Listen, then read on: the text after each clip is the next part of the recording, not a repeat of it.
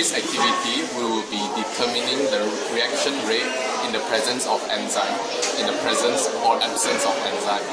So in this activity, we will compare the rate of breakdown of p-nitrophenyl glucopyranoside into glucose and p-nitrophenol in the presence and absence of cellulose base, which is a type of enzyme. So enzymes are molecules that increase the rate of reaction, but they themselves are not changed in that reaction. So because enzymes can keep processing the substrate over and over again, very few molecules of enzymes are needed relative to the number of molecules of substrate. So it means that the enzymes can be fixed, but the amount of substrates can be added more and more. Because it is difficult to add really small volumes, in this activity we have to dilute the enzymes with a buffer solution. This will allow us to easily add the volumes of enzymes into the substrate. So for this activity, we will be determining the reaction rate of the presence or absence of enzyme. So what are the materials used in this activity is substrate. We will need our substrate, our enzyme. We also will need our stop solution, buffers. Okay, so in this activity that we are going to do, it is to determine the reaction rate of the presence or absence of enzymes. So in this experiment, we will compare the rate of breakdown of p-nitrophenyl glucopyranoside into glucose and p-nitrophenol in the presence of our enzyme, which is cellulose. Now, enzymes are molecules that help to increase the rate of reaction, but are not used in the reaction itself. So, in this experiment, we will try to test the presence of cellulose base in the substrate and see how the amount of enzymes help to affect the rate of reaction towards the substrate. Okay, hello and assalamualaikum. My name is Muhammad Amin Shahir. My matrix number is 180599. I'm from group 16. Today I'm going to talk about our practical tree about the enzyme kinetic. Okay, what is enzyme? Enzyme is some kind of protein. Enzyme has very specific characteristics. For example, enzyme is very specific, means that only very suitable substrate can bind to the active site. If the substrate does not fit with the active site of the enzyme, it will not fit. Furthermore, enzyme will be denatured at high temperature and high pH or too low pH. After that, in this experiment, we will study about the cellulose base. Cellulose base is the involvement in the last step of the breaking down of the glucose. In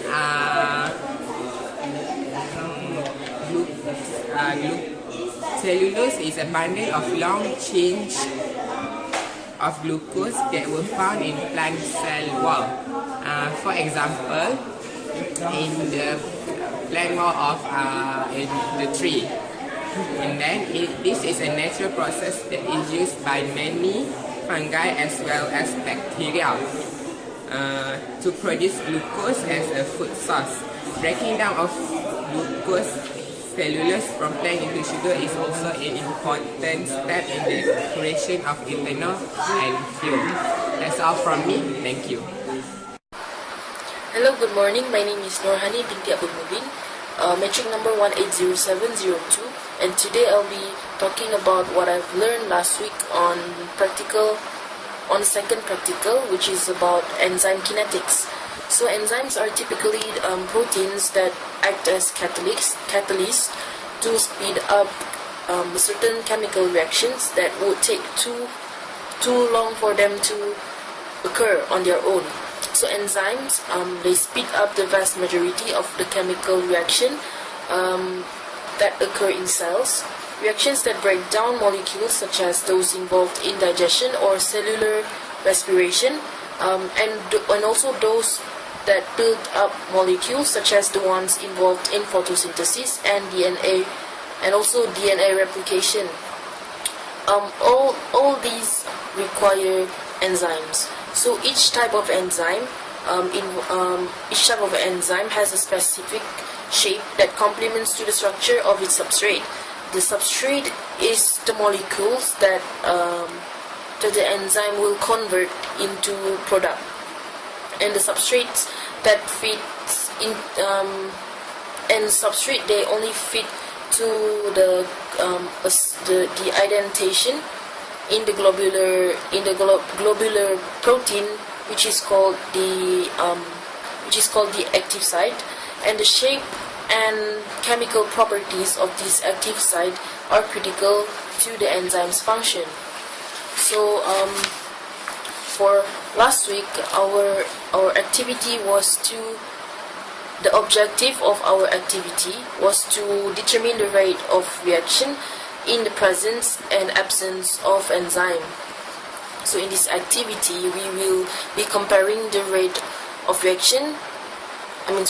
rate of breakdown of p-nitrophenyl glucopyranoside into products which are glucose and p-nitrophenol in the presence and absence of cellobiase. Cellobiase is a type of enzyme. So enzymes are molecules that increase the rate of reaction, as we mentioned just now, but the enzymes are not used. They are not used up in the reaction because the enzyme can keep processing the substrate over and over again, and very few molecules of enzymes are needed relative to the number of molecules of substrate. So because it is difficult to add really small volumes, so we have to dilute the enzyme with a buffer solution, and this will allow us to easily add the required volume that still contains a very small amount of molecules of enzyme. However, to ensure that the buffer in which the enzyme was diluted does not affect the rate of reaction, the rate of formation of product, a controlled reaction solution was also taken. A control reaction containing just the buffer will also run alongside with the activity to see the reaction, to compare between the solution containing enzyme and also the solution with the absence of enzyme. So to the first reaction tube, we will add enzyme into the solution of the substrate and determine the initial rate of reaction of the product formation. And for the second reaction, which is the control reaction, we will have the same buffer added into the solution, added to the same substrate. But however, it does not include the enzyme in the substrate. So this way we will be able to compare the breakdown of the breakdown rate of p-nitrophenyl glucopyranoside to glucose and p-nitrophenol in the presence of enzyme, and also the presence of a control buffer. So that is what we have learned for the past week on enzyme kinetics. So that is all from me. Thank you. Hello everybody, my name is Tango Jayu and my matrix number is 180613. I am from group 16 in our lab practical. Today I'll briefly discuss about what is enzyme. Enzymes are typically proteins that act as a catalyst that will speed up chemical reactions. Many chemical reactions that enzyme speeds up can occur at a much slower rate without enzyme. Enzyme speeds up reaction by positioning the substrates, adjusting their bonds so that they become unstable and reactive. Enzyme also stabilizes the transition states of the reaction. It lowers down the activation energy so that the chemical reaction will occur at a faster rate. The temperature and pH must be very ideal for the enzyme to catalyze the reaction efficiently. If the temperature is too high, some of the enzymes might be denatured, and if the enzyme changes its shape, the active site will not be able to fit in the substrate properly and the enzyme will not be able to function. So that's all from me. Thank you. Laila binti Falhadi and my matric number is 180633. So now I'm going to talk about the procedure of determining the reaction rate in the presence of absence of an enzyme. So first, we have to locate 15 ml conical tubes that will stop solution, 1.5 millimole substrate, enzyme and buffer. And we have to prepare 7 cuvettes, which 5 of the cuvettes we have to label it with E1, E2, E3, E4 and E5 respectively. And we have to remember to label only the upper part of the cuvette first. And for the remaining 2 cuvettes, we label it as start and then for the remaining 2 cuvettes, we label it as start and end on the upper part of the cuvettes. So for these 2 cuvettes, it will serve as control time points at the start and end of the reaction, and neither will these 2 cuvettes contain enzyme. So next is using a clean DPTP, we have to pipette 500 microliter of stop solution into each of the 7 cuvettes. So remember that the stop solution is a strong base, so avoid getting it on our skin or clothes. Remember to wear gloves during this experiment. So next is we locate 2 empty 15 ml conical tubes. We label it as enzyme reaction and the other one is control. So using a clean DPTP, we pipette 2 ml of 1.5 millimole substrate into the conical tube labeled enzyme reaction, and using the same DPTP, we pipette 1 ml of 1.5 millimole substrate into the conical tube labeled control. So next is we prepare 2 DPTP labeled E, and E for the enzyme and C for the control. And remember to only use the DPTP label E for the enzyme reaction tube and DPTP label C for the control reaction tube. So next, we use the DPTP label C, pipette 500 microliter of buffer into the conical tube label control, and we mix it gently. After mix the buffer with the substrate, we remove 500 microliter of the solution and we add it into the cuvette label start. And then next, using the label, the DPTP label E, we pipette 1 ml of enzyme into the conical tube label enzyme reaction. We mix it gently and then start the timer. The timer means the beginning of the enzymatic reaction begin. So as the time indicated, which is for the E1, E2, E3 and E4 and E5, 1 minute, 2 minutes, 4 minutes, 6 minutes and 8 minutes respectively, we use the DPTP label E to remove 500 microliter of the solution from the enzyme reaction and add it into the appropriately labeled cuvette containing the stop solution.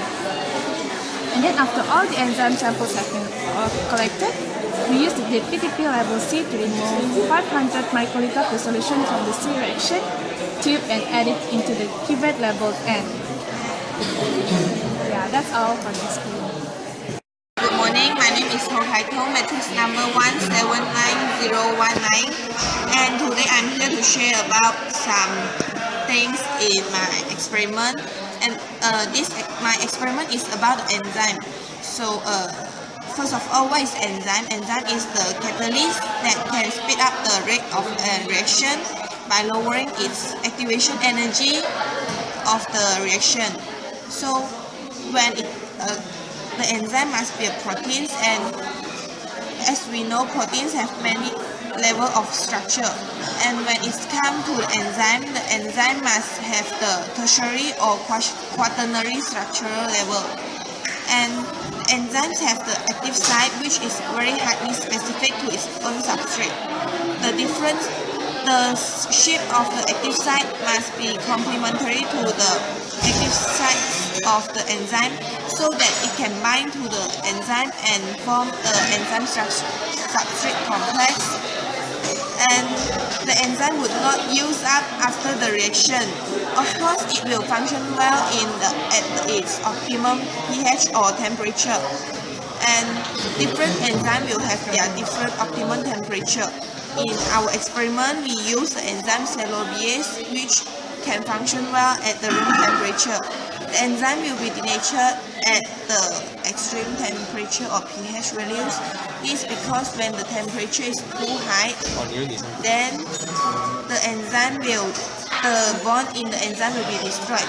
The bond in the enzyme are used to maintain its shape or conformation, so that their active sites have the shape that the substrate can bind to.